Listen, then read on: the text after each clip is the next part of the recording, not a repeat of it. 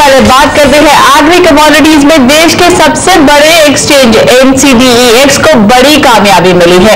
Exchange को FMC से 17 नई कमोडिटीज में फॉरवर्ड कॉन्ट्रैक्ट शुरू करने की इजाजत मिल गई है। FMC ने एक्सचेंज को कपास, जौ, कैस्टर, ग्वार और गेहूं समेत चना, बिनौला, तिलहन और खाने के तेलों में फॉरवर्ड कॉन्ट्रैक्ट की इजाजत देते हुए इसकी जल्द से जल्द शुरुआत करने का निर्देश दे दिया है।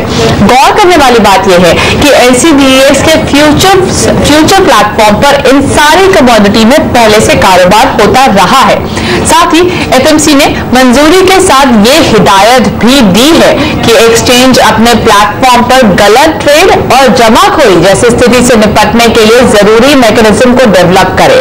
इस पूरे मामले पर बात करने के लिए हमारे साथ जुड़ रहे हैं NCDEX के MD and CEO Sameer Shah. Mister Shah, आपका बहुत बहुत स्वागत है CNBC आवाज पर। 17 नई कमोडिटीज में फॉरवर्ड कॉन्ट्रैक्ट शुरू होने जा रहा है। कब तक आप इस प्रोसेस को शुरू कर पाएंगे? हम लोग तो काफी टाइम से रेडी है। अभी जबकि ऑर्डर FMC का ऑर्डर कल ही शाम को आया है, तो थोड़े दिन लगेंगे हमको उस ऑर्डर को इम्प्लीमेंट करने के लिए। लेकिन हम लोग जब हमने अग्रिम सौदा, ये एक फॉरवर्ड सेगमेंट का कैटेगरी हमने 2 महीने पहले जब लॉन्च किया, हमारा प्लान ये था कि उसको फर्स्ट फेज में एक सॉफ्ट लॉन्च करें। इसीलिए हमने 2 कमोडिटी चुने थे वो सॉफ्ट लॉन्च के लिए, और फिर फेज 2 में एक एग्रेसिव लॉन्च करेंगे पूरे पोर्टफोलियो के हिसाब से। तो ये अभी अप्रूवल हमको मिल चुका है और अभी जल्दी कुछ ही दिनों में हम सारे 17 कमोडिटीज को एनेबल करेंगे लाइव।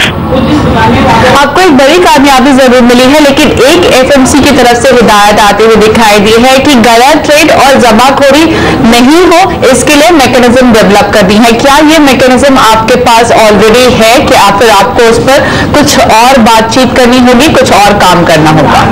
ये एक स्टैंडर्ड रिस्क मैनेजमेंट की प्रैक्टिस है कि जमाखोरी के ट्रांजैक्शंस और गलत ट्रेड को ना अलाउ करे, और ये FMC का जो इंस्ट्रक्शन है हमको, इसको हम वेलकम करते हैं। हम लोग उसको स्टडी करेंगे कि हमको और क्या सिस्टम्स में कोई अगर एनहांसमेंट करनी हो तो। लेकिन ये जो हमने ये जो ट्रेड हम अभी फिलहाल के प्लेटफॉर्म पे भी अलाउ नहीं करते, तो हमारा रिस्क मैनेजमेंट का जो प्रोसेस है वो काफी रोबस्ट है अभी फिलहाल, और उसको अगर कोई फाइन ट्यूनिंग करने की जरूरत हो तो वो हम कर लेंगे FMC के ऑर्डर के बाद। ओके, लेकिन आप क्या ये बता सकते हैं कि ऐसा FMC को कहना क्यों पड़ा है आखिरकार? आजकल FMC के और रेगुलेटर के ऑर्डर्स में ये काफी स्टैंडर्ड क्लॉजेस आना शुरू हो गए कॉर्पोरेट गवर्नेंस के लिए, कि हर कोई अप्रूवल के साथ एक कॉर्पोरेट गवर्नेंस को रिमाइंड करते हुए रेगुलेटर का इंस्ट्रक्शन आता है कि आपको इन चीजों पे ध्यान रखना जरूरी है। तो हम लोग तो ये वेलकम करते हैं कि एक कांस्टेंट रिमाइंडर आती है रेगुलेटर से। और जब नए कमोडिटी सेगमेंट शुरू होता है, फॉरवर्ड सेगमेंट एक पूरा नया सेगमेंट है, इस नए सेगमेंट में नए एक्सपीरियंसेस आएंगे, हो सकते हैं नए अपॉर्चुनिटीज मिलेंगे लोगों को कुछ गलतियां करने के लिए। तो इसके लिए कोई नए इंस्ट्रक्शंस अगर आते हैं रेगुलेटर से, तो उसको हम वेलकम करते हैं कि ये रिमाइंडर्स और ये नए इंस्ट्रक्शन जरूरी है, ताकि नया सेगमेंट सेफ और सस्टेनेबल वे से ग्रो करे। और ये NSCL के क्राइसिस के बाद बहुत जरूरी हो गया है इन सब चीजों पे ध्यान रखना। जी, मैं आपसे बहुत ही सीधा सिंपल सवाल पूछना चाहती हूँ, बहुत ही बेसिक सवाल पूछना चाहती हूँ। फॉरवर्ड और फ्यूचर्स अगर सीधे हिंदी अनुवाद करें तो ऑलमोस्ट एक जैसी बातें निकल कर आती हैं, लेकिन ऑन द ग्राउंड इन दोनों कॉन्ट्रैक्ट्स में किस तरह के डिफरेंसेस होते हैं? बहुत डिफरेंसेस है फॉरवर्ड और फ्यूचर्स में। मेन डिफरेंस ये है कि फ्यूचर्स कॉन्ट्रैक्ट एक बहुत ही स्टैंडर्डाइज्ड कॉन्ट्रैक्ट है, उसकी एक एकदम स्टैंडर्ड स्पेसिफिकेशन होती है, उसका एक स्टैंडर्ड डिलीवरी सेंटर होता है, और उसके स्टैंडर्ड क्वालिटी पैरामीटर्स होते हैं, और उसका जो ऑब्जेक्टिव होता है फ्यूचर्स का, वो होता है प्राइस डिस्कवरी और रिस्क मैनेजमेंट।